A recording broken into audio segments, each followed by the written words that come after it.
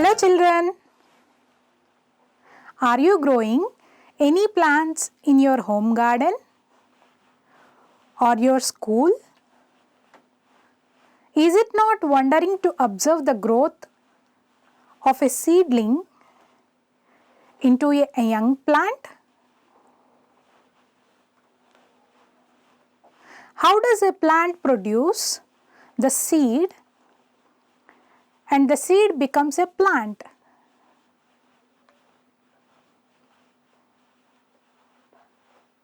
You can know the answers from this interesting video.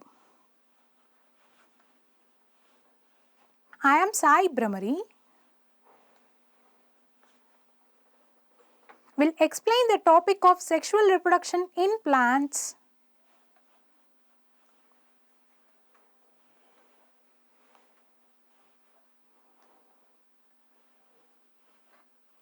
From the lesson Reproduction of Class 10 Biology.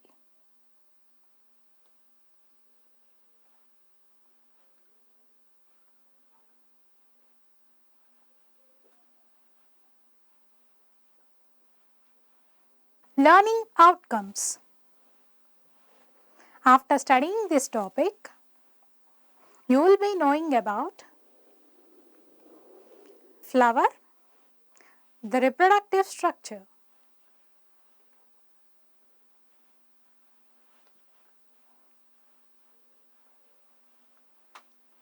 structure of pollen grain and ovule,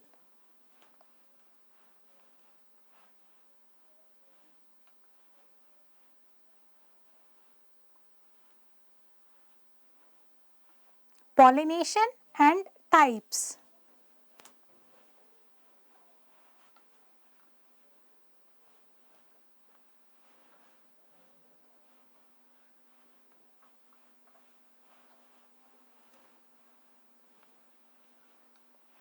fertilization and post-fertilization changes,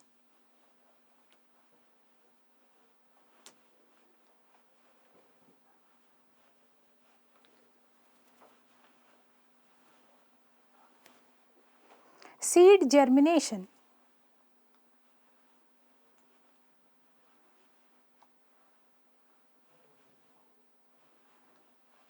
keywords, calyx or sepals,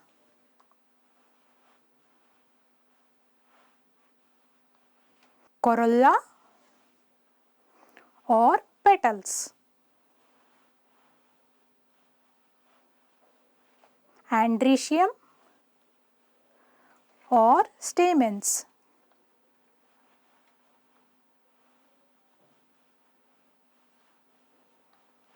gynoecium or carpels,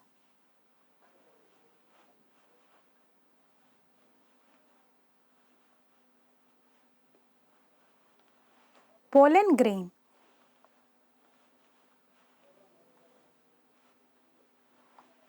ovule,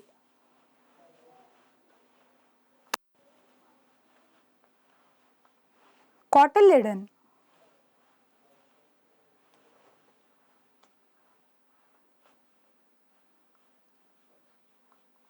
epicotyle,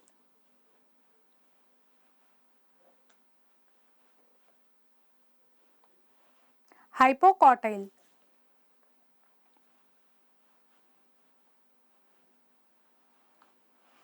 let us see the concept map on sexual reproduction in plants.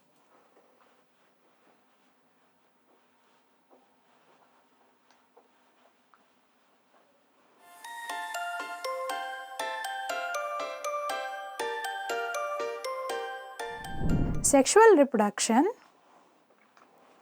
is the process in which male and female gametes are fused to produce offspring of their kind. You have already learned that the flower is a reproductive organ in plants.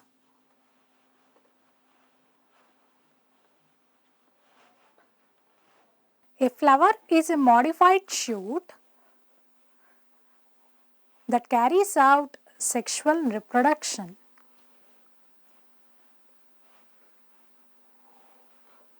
A flower consists of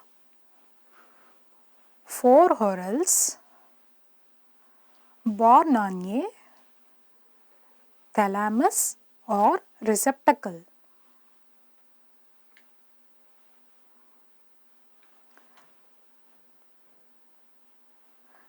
These whorls are arranged from outside to inside as calyx consisting of sepals, corolla consisting of petals, antheridium consisting of stamens,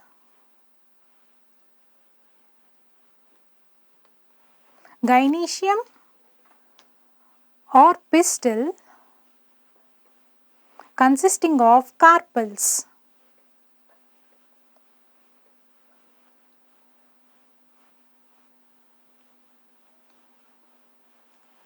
The 2 outermost whorls, calyx and corolla,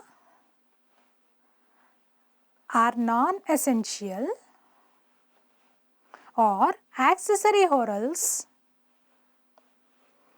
as they do not directly take part in the reproduction.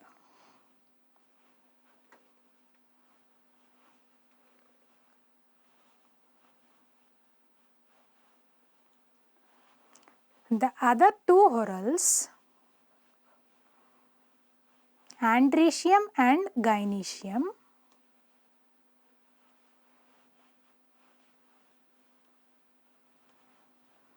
are known as the essential whorls that participate directly in reproduction. Antheridium is the male part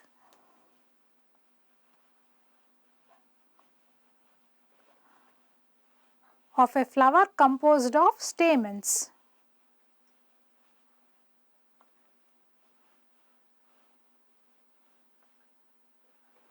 Each stamen contains a stalk called the filament and a bag-like structure called an anther at the tip.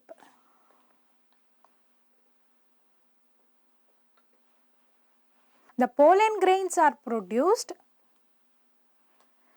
in the anther within the pollen sac.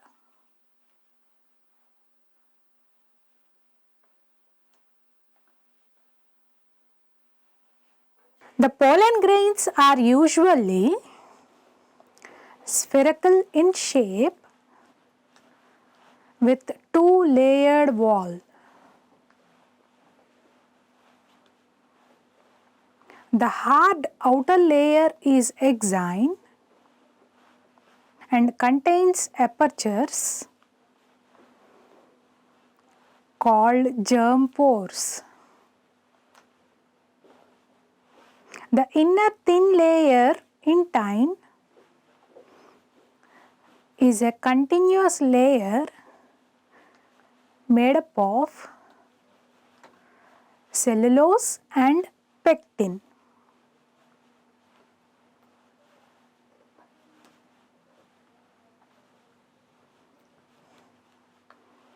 Mature pollen grains contain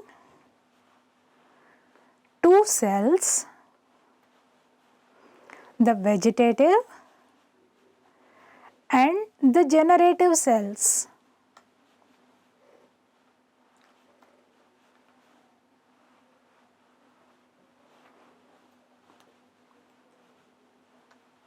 Vegetative cell contains a large nucleus. The generative cell divides mitotically to form two male gametes. Structure of the ovule.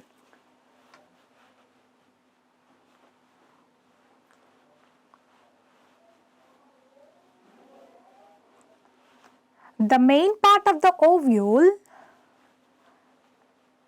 is the nucellus, enclosed by two integuments, leaving an opening called a micropyle.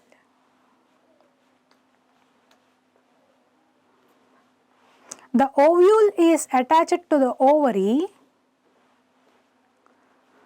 wall by a stalk known as the funiculus.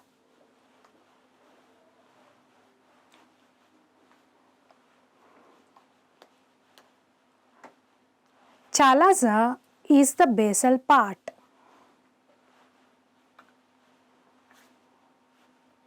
The embryo sac contains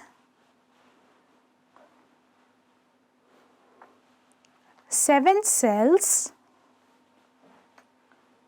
and 8 nuclei located within the nucellus. 3 cells at the micropylar end form the egg apparatus, and the 3 cells at the chalaza end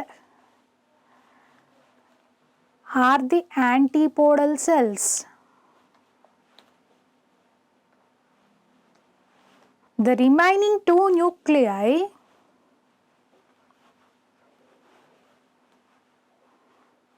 are called polar nuclei, found in the center. In the egg apparatus, one is the egg cell,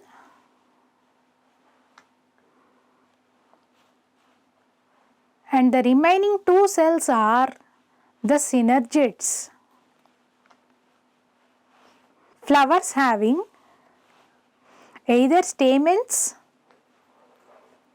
or carpels are called unisexual,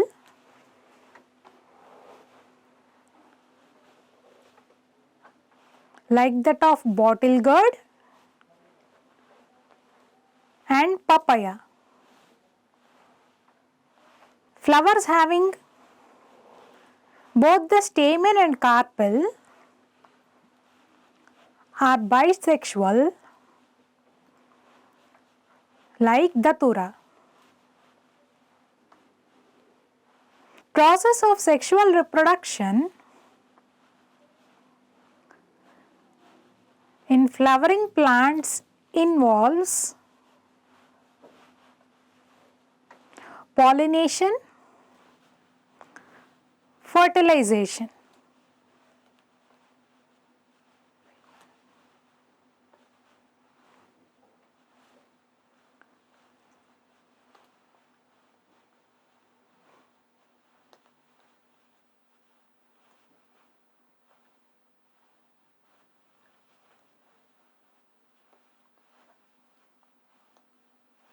The transfer of pollen grains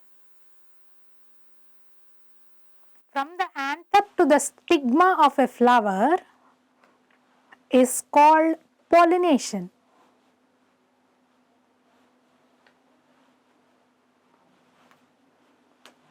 Pollination results in fertilization, leading to the formation of fruits and seeds. New varieties of plants are formed through a new combination of genes in case of cross pollination.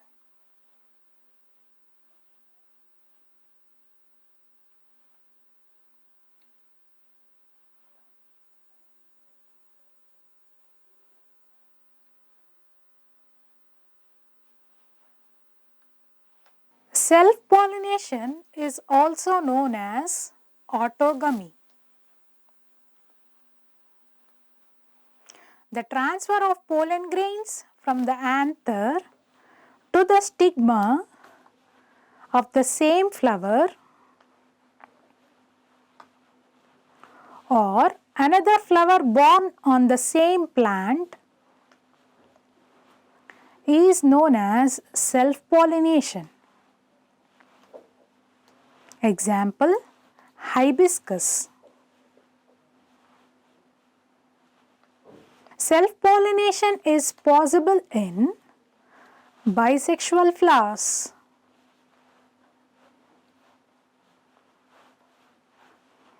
Flowers do not depend on agents for pollination. Cross-pollination is the transfer of pollen from the anthers of a flower to the stigma of another flower on another plant of the same species. Example, apples, grapes, plums, etc. The seeds produced as a result of cross-pollination develop and germinate properly and grow into better plants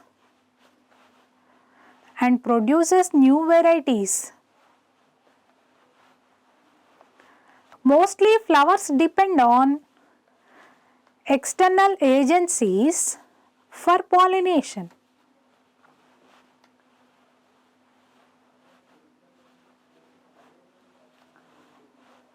Cross-pollination takes place through the agency of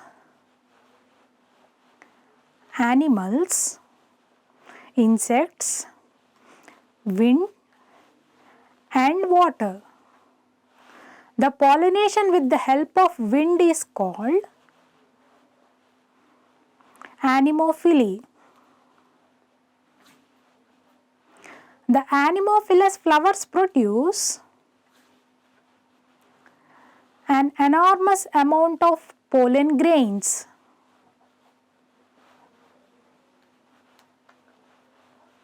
Pollination with the help of insects like honeybees and flies is called entomophily. To attract insects, these flowers are brightly colored and have smell and nectar.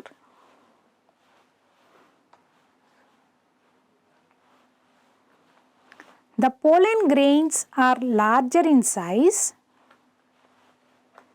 and the exine is pitted, spiny, etc. attaching firmly to the sticky stigma.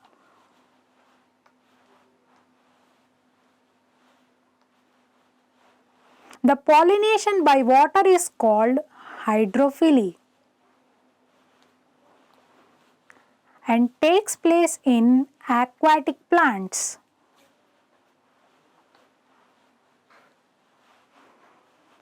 Pollen grains are produced in large numbers and float on water to reach the stigma of female flowers. Example, hydrilla and vallisneria.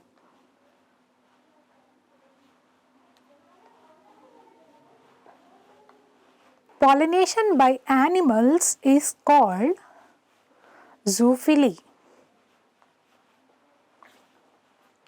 Flowers attract animals by their bright color, size, scent, etc. The sunbird pollinates flowers of canna,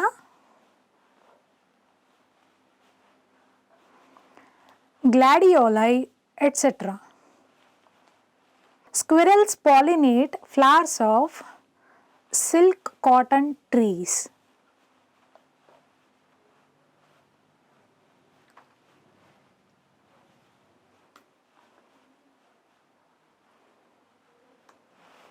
Fertilization in plants.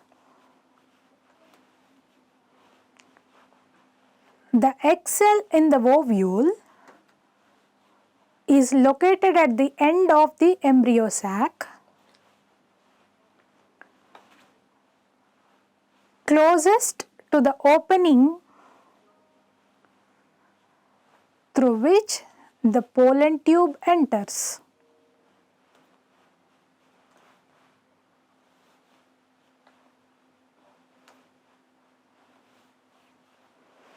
Cells on the surface of the stigma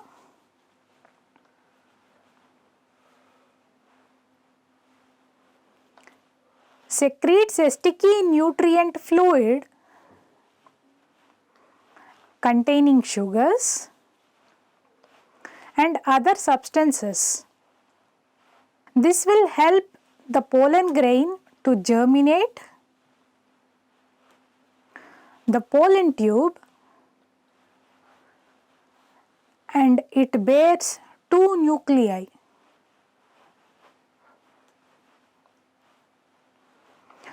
Soon after the tip of the pollen tube enters the embryo sac,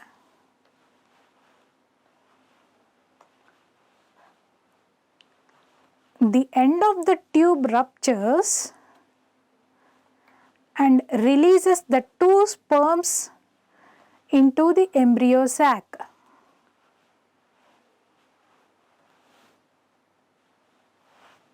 One of the two sperms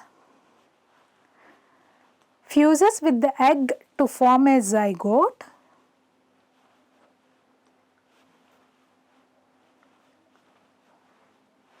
By the time the egg cell has been fertilized,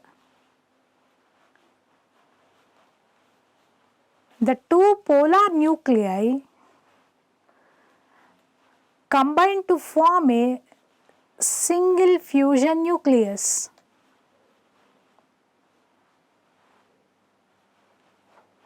Now, the second sperm deposited in the embryo sac by the pollen tube moves to the center and unites with the fusion nucleus. The zygote will develop into an embryonic plant within the ovule.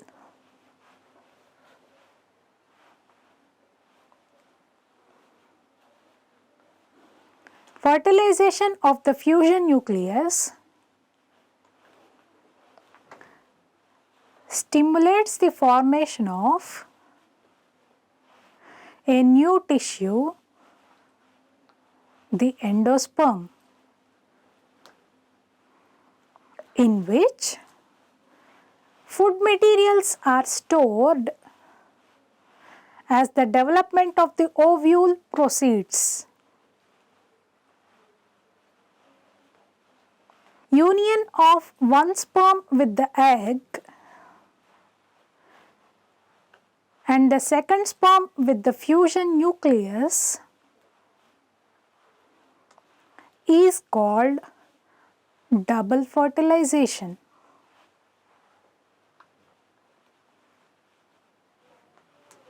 Double fertilization occurs only in flowering plants. After double fertilization, the ovule increases in size rapidly due to the formation of endosperm tissue by mitosis and the development of the new embryo.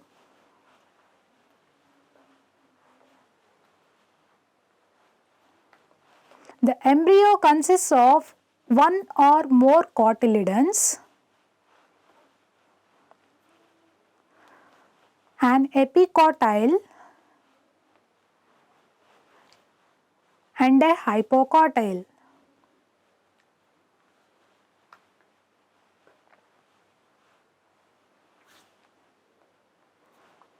Both the epicotyle and hypocotyle are parts of a rod-like axis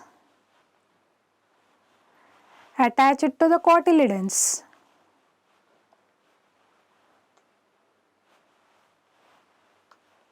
The cotyledons digest and absorb the endosperm and make the stored food available for the growth of the epicotyle and hypocotyle.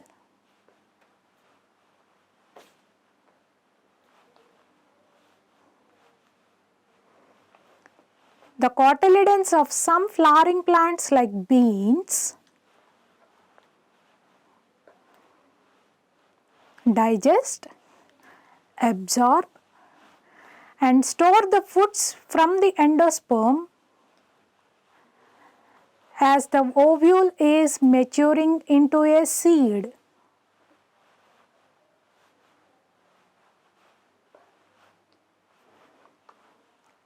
As a consequence, the cotyledons become greatly enlarged because of stored food and the endosperm disappears more or less completely. After fertilization, the zygote divides several times to form an embryo within the ovule.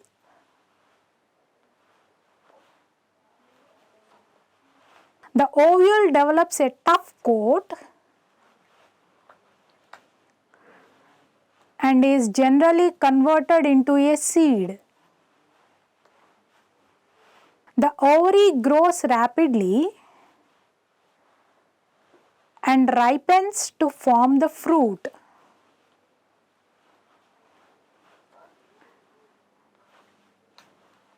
Meanwhile, the other floral parts may shrivel and fall off. The seed produced after fertilization contains the future plant or embryo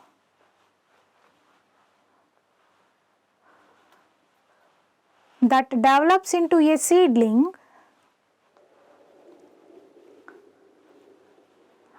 under appropriate conditions. This process is called germination.